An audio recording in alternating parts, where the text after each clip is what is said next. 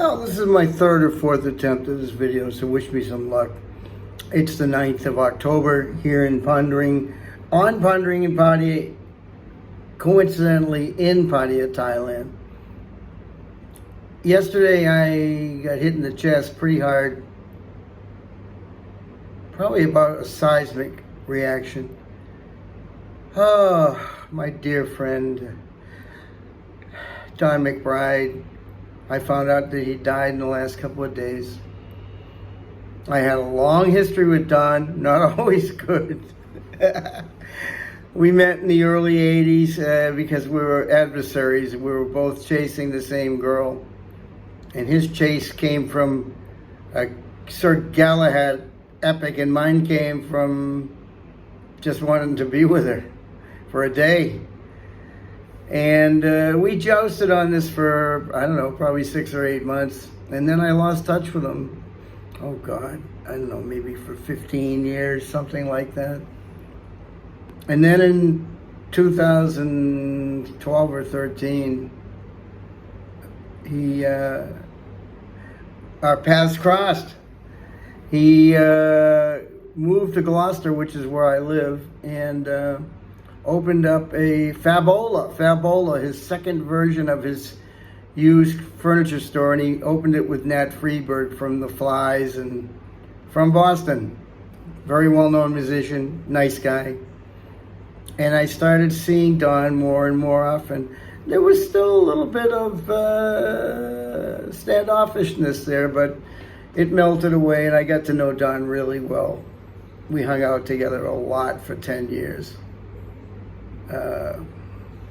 He was so funny and so irreverent and so ironic and so contrarian and intelligent, very intelligent guy who had had a storied career in the Boston jazz scene since the time he was about 20 years old, in the mid-50s. He used to frequent a club called the Stables, which was basically hallowed ground for jazz kids. And he was 20 and he was 21 maybe, and he was just back from being in Korea and Japan for 4 years. And he just had such a thirst for bebop jazz. He played with Charlie Mariano, he played with Hal Galper, he played with Jerry Bergonzi, he played with Jerry Seco, who was a well-known guy from the South, from Milford.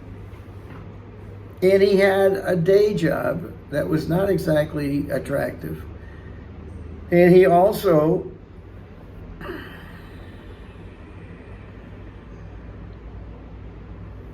I lost my train of thought, I'm sorry. Anyway, Don had a very tough and challenging health situation in the last 2 or 3 years, and he bared the brunt of it. Didn't complain that often for the stature of what was wrong with him. And I've been over here for a year and a half, and we've communicated, not like we used to. We used to talk every day and bust each other's balls relentlessly, unrelentlessly.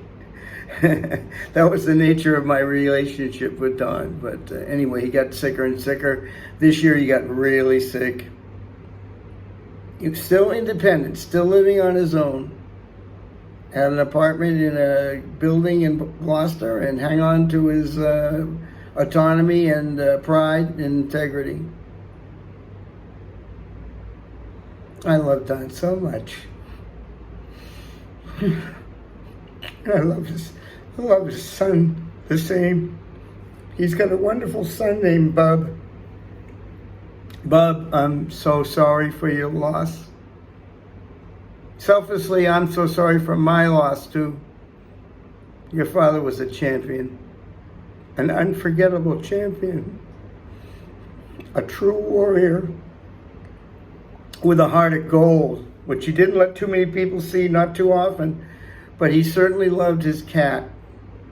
He loved his cat and looked forward to seeing his cat every day. Always had thoughts of when is he going to get to see his cat, when will he get to pet him, when will he get to feed him. My condolences to you too, Nancy. Big time condolences. You knew Don north of 30 years, and you know what a great man he was. Sawadee Kap. Say goodbye to my wonderful friend, Don McBride. Don, I know I'll see you at a jam session somewhere, but I'm not sure it'll be in heaven. Bye-bye, my friend.